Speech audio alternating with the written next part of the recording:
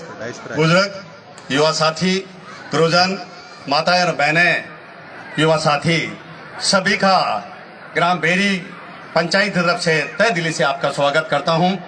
और आप लोगों ने इतनी बारिश, इतनी गर्मी इसमें बैठे रहे, इसके लिए भी आपको बहुत बहुत धन्यवाद।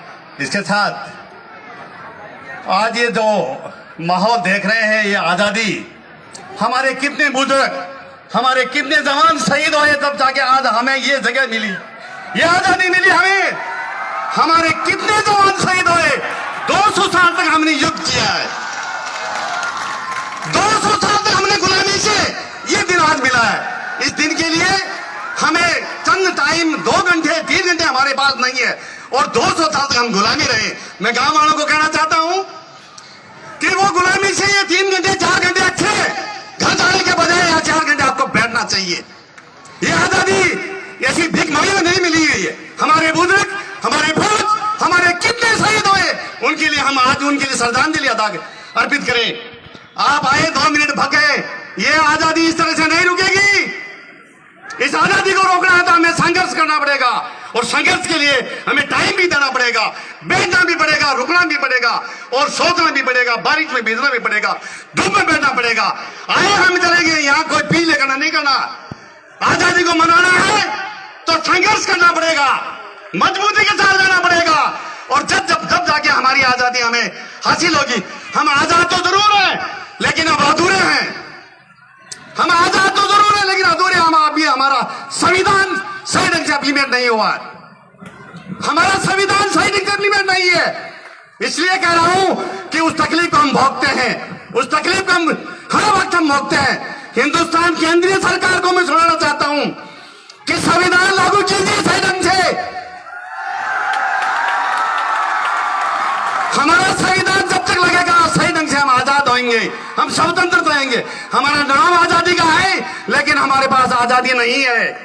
हमारी आजादी अधूरी है। और क्यों है? इसलिए है कि हम लोग इस आजादी में सही ढंग से काम नहीं कर रहे हैं।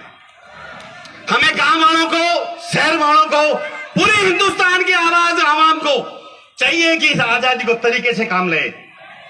हम ऐसे नेता चुने जो हमारे संविधान की रक्षा करें। हम ऐसी पार्टी भेजे दिल्ली में जो हमारे संविधान की रक्षा करे और हमें बराबर अधिकार दे। हम चाहते हैं कि हमारा संविधान सही ढंग से इम्प्लीमेंट लागू हो, सही ढंग से हमें अधिकार मिले। इसके लिए हम पूरे हिंदुस्तानियों को चाहिए कि इस बात पे अमल करें और सही ढंग से सही पार्टी को विचार करके केंद्र में भेजे जिससे कि हमारा संविधान हमें अधिकार दिला सके।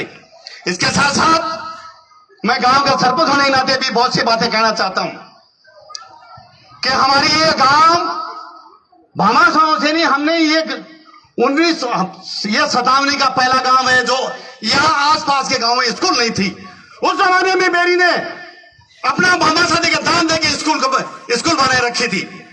नागौर जिले में 3 या 5 नंबर की बेरी स्कूल सबसे पुरानी स्कूल। हमारा गांव भामाशाह के लिए पहचाना जाता है, जाना जाता है। मैं जितना भी गांव का आभार व्यक्त करूं उतना भी कम है। हमारा गांव हर वक्त शिक्षा के मामले में, दान के मामले में तत्पर रहा है, मजबूती से रहा है और हर वक्त दान है। मैडम साहिबा ने एक बात कही कि हमारे स्कूल में ये चीज नहीं, गांव वालों के नंबर नहीं आया कि मैं दूं इतने आपके भामाशाह इसी वक्त पूरी कर दी। मैं गांव को बहुत बहुत धन्यवाद देता हूं। मेरा सौभाग्य है कि मैं ऐसे गांव में पैदा, इस गांव का सरपंच जो 5 मिनट में स्कूल की डिमांड पूरी हो गई। इस काम को मैं धन्यवाद देता हूं। मैं खुशनसीब, इतना अच्छा सरपंच और ये गांव ही मुझे मिला। 10 मिनट में गांव की स्कूल की ख्वाहिश, इसकी चॉइस पूरी हो गई। मैडम, हम चाहते हैं गांव वाले आपकी ख्वाहिश हम 5 मिनट में कर देते, हम इस रिजल्ट भी अच्छा चाहते हैं। हम रिजल्ट भी अच्छा चाहते हैं।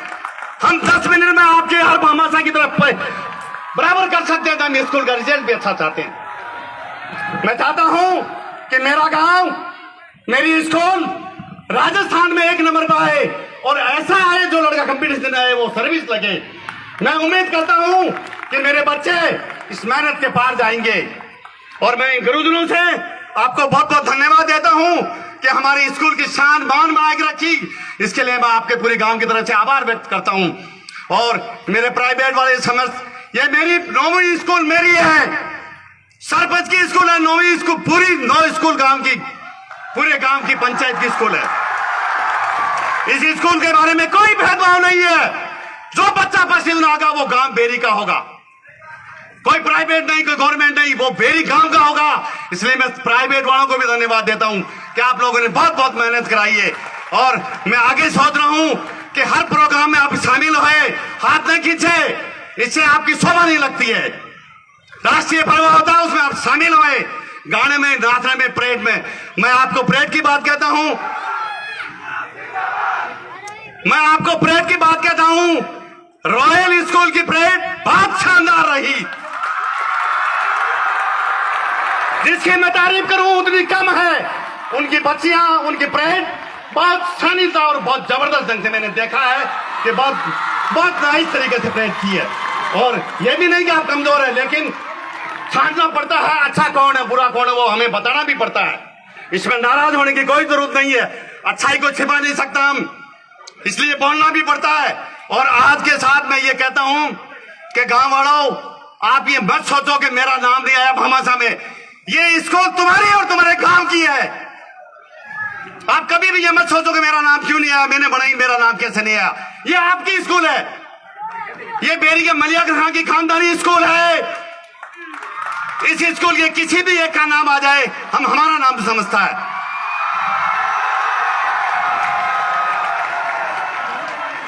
रही बात स्कूल की वर्क की बात, मैं बता देता हूं आपको।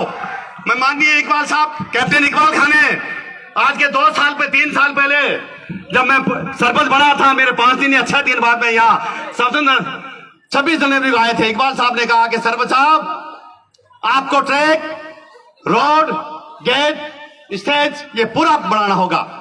मेरे को एबीसीडी नहीं मालूम था सरपंच जी का, मुझे एबीसीडी नहीं मालूम था कि क्या करना है, लेकिन मैं इनकी बात के लिए हाँ किया कि मैं अगर जिंदा रहा और सरपंच रहा तो मैं जरूर करूंगा। इसके साथ साथ इन्हें लेट होने का कारण क्या कि ये कोरोना आ गई थी। लेट इसलिए हुआ, ये कोरोना की वजह से 2 साल हम कुछ नहीं कर सके, नहीं मेरे पास बजट आया और नहीं मैं काम कर सका। आपकी दुआ से, आपने जो समर्थन, जो जिस बहुमत से मुझे जिताया, उस बहुमत से ही मुझे सरकार ने पैसा दिया। आपने जिस ढंग से मुझे जिताया, उस ढंग से सरकार ने मुझे आपके लिए 50 लाख रुपए दिए स्कूल के लिए। जिस ढंग से आप लोगों ने मुझे 7 आदमी में आसमान में दिखाया, उस तरह सरकार ने भी कहा कि सरपंच तेरे को 50 लाख रुपए देते, जो तेरी स्कूल में लगाना वो लगा लीजिए। इकबाल साहब की बात सरकार ने सुनी, मैं धन्यवाद देता हूं इकबाल साहब जैसे कि मेरी यहां डिमांड किया। आपके सामने ये ट्रैक और ये रोड ये सारी हो जाएगी 1 महीने के अंदर, क्योंकि अभी हमारे पास बजट आ गया और सारा काम अगली 26 जनवरी का हो गया ना आप, तो आपको 4 चांद देखेगा स्कूल में। मैं एक स्कूल नहीं, मैं तमाम स्कूलों को चाहता हूं कि मेरी गांव की स्कूल बहुत अच्छी बने। तमाम स्कूलों को मैं चाहता हूं कि मेरी स्कूल, मेरे गांव की स्कूल राजस्थान में 1 नंबर पर है। और मेरी कोशिश है कि 1 by 1 स्कूल में तैयार करता हुआ निकल जाऊं। आप लोगों गांव वालों का साथ रहा, आप लोगों का सहयोग रहा, आपकी मदद रही, तो मैं इंशाअल्लाह इस काम को जरूर कर दूंगा। इसके साथ साथ मेरे कहने में कोई शब्द कह गया, गलत कह गया, उसके लिए मैं माफी चाहता हूं। और कोई किसी का नाम या किसी कहने में भूल रह गई है, उसके लिए भी मैं माफी चाहता हूं। अस्सलाम वालेकुम, राम राम साहब।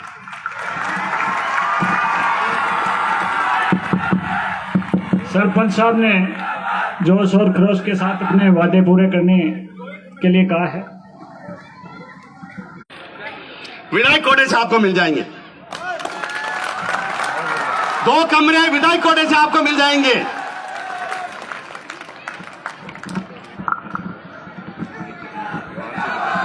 ₹500 सूबेदार मेजर तेब खां स्नोबुश।